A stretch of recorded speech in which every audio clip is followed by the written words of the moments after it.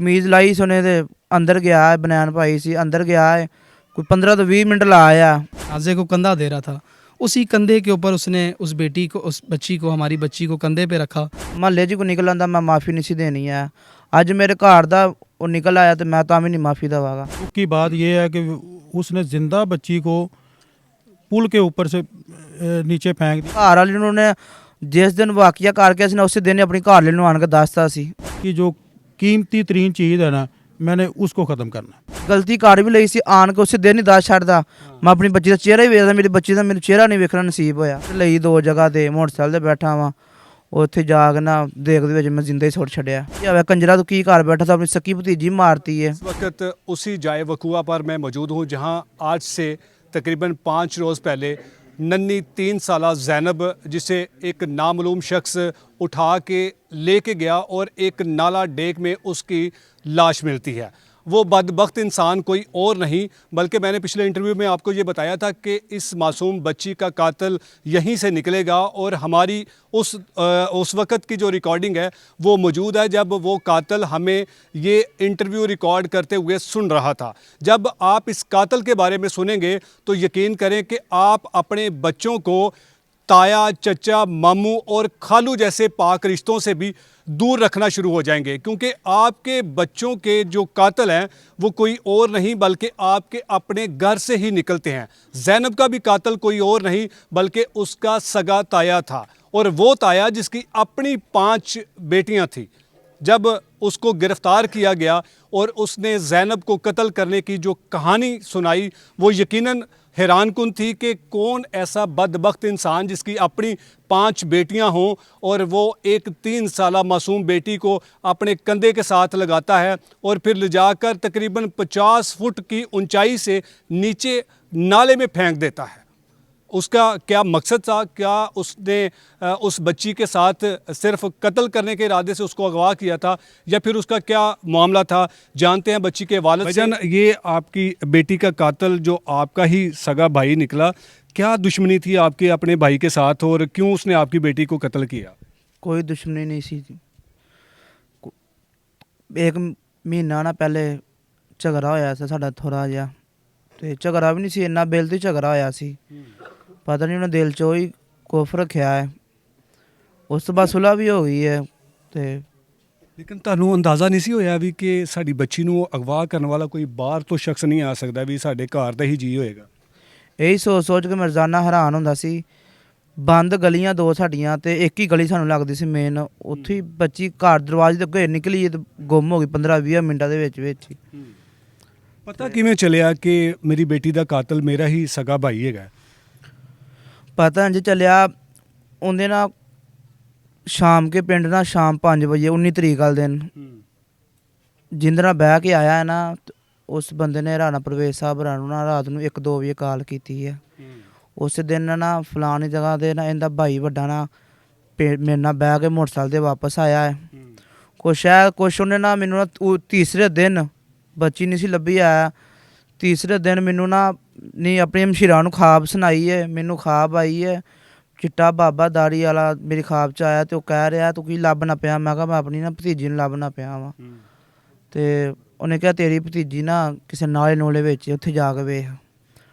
तो कुछ उन्हें तो भी मेरा ना बहुत ज़्यादा ना उस टाइम फोकस हो गया है, मेरे जहन च पै गया जिवें यही है। ਅੱਛਾ ਰੌਫ ਸਾਹਿਬ, ना मन्ने फिर भी ਰੌਫ ਸਾਹਿਬ ਮੁਲਜ਼ਮ ਹੁਣ ਪੁਲਿਸ ਦੀ ਹਿਰਾਸਤ ਦੇ ਵਿੱਚ ਹੈਗਾ। ਮੁਲਜ਼ਮ ਨੇ ਕੀ ਦੌਰਾਨੇ ਤਫਤੀਸ਼ ਦੱਸਿਆ ਹੈ ਕਿ ਮੈਂ ਕਿਉਂ ਤੁਹਾਡੀ ਬੱਚੀ ਨੂੰ ਕਤਲ ਕੀਤਾ ਹੈ? ਅਗਰ ਦੁਸ਼ਮਣੀ ਸੀ ਜਾਂ ਕੋਈ ਲੜਾਈ ਝਗੜਾ ਸੀ ਉਹ ਤੁਹਾਡੇ ਨਾਲ ਸੀ, ਉਸ ਬੱਚੀ ਦੇ ਨਾਲ ਤੇ ਕੋਈ ਨਹੀਂ ਸੀ? नहीं कोई झगड़ा नहीं सी आया। उन्हें इत्थों CCTV कैमरे राणा परवेज साहब ने चैक कीते ने, उन्होंने मेरे नाल बहुत तावन किया। असी रात नूं हैड उत्थे राणा परवेज साहब दे दफ्तर बह के एसन गार्डन दे विच सारी शाम के दी वीडियो उन्होंने पहले मेरे तो पहले ही इत्थों तहसील 5 भी इत्थे आने मेरे को, उन्होंने बह के अद्धा घंटा चले गए ने। इत्थों जाके उन्होंने सारे शाम के कैमरे USB ला के डाउनलोड कर ले ने, डाटे जिन्ने भी ने।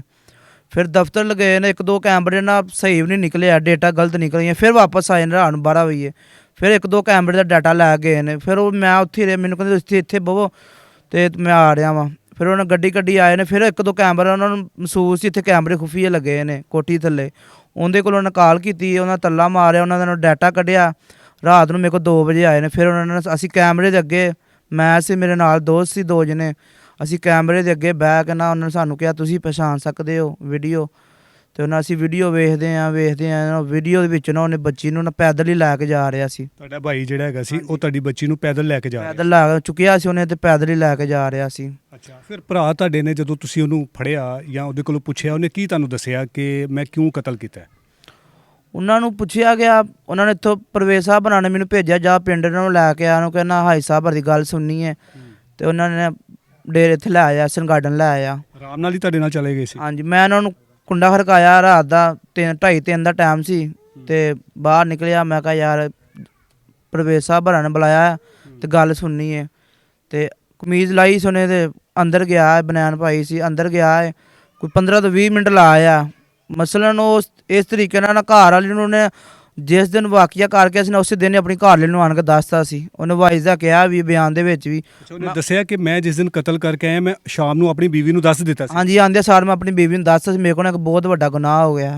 ਲੇਕਿਨ ਬੀਵੀ ਨੇ, ਤੁਹਾਡੀ ਭਾਬੀ ਨੇ ਤੁਹਾਨੂੰ ਦੱਸਿਆ ਸੀ ਕਿ ਤੁਹਾਡੀ ਬੱਚੀ ਨੂੰ ਤੇ ਇਹਨੇ ਕਤਲ ਕੀਤਾ ਹੈ? ਨਹੀਂ, ਉਹਨੇ ਨਹੀਂ ਦੱਸਿਆ ਹੈ ਉਹਨੇ ਸਾਨੂੰ। ਵੀ ਛੁਪਾ ਲਿੱਤਾ ਇਹਦਾ ਜੁਰਮ? ਹਾਂਜੀ, ਉਹਨੇ ਕਿਉਂ ਛੁਪਾ ਦਿੱਤਾ? ਉਹਨੇ ਹੁਣ ਕਿਹਾ, ਤੇ ਉਹਨੇ ਕਿਹਾ ਕੋਈ ਪਤਾ ਨਹੀਂ ਤੂੰ ਬਚ ਹੀ ਜਾਵੇਂ। ਬੀਵੀ ਵੀ ਕਹਿੰਦੀ ਰਹੀ ਹੈ ਕਿ ਅਗਰ ਲਾਸ਼ ਨਾ ਮਿਲੀ ਤਾਂ ਤੂੰ ਬਚ ਜਾਏਗਾ, ਹਾਂਜੀ ਲੇਕਿਨ ਇਸ ਚੀਜ਼ ਦਾ ਤੇ ਉਹਨੂੰ ਅੰਦਾਜ਼ਾ ਨਹੀਂ ਸੀ ਕਿ ਲਾਸ਼ ਮਿਲ ਜਾਏਗੀ।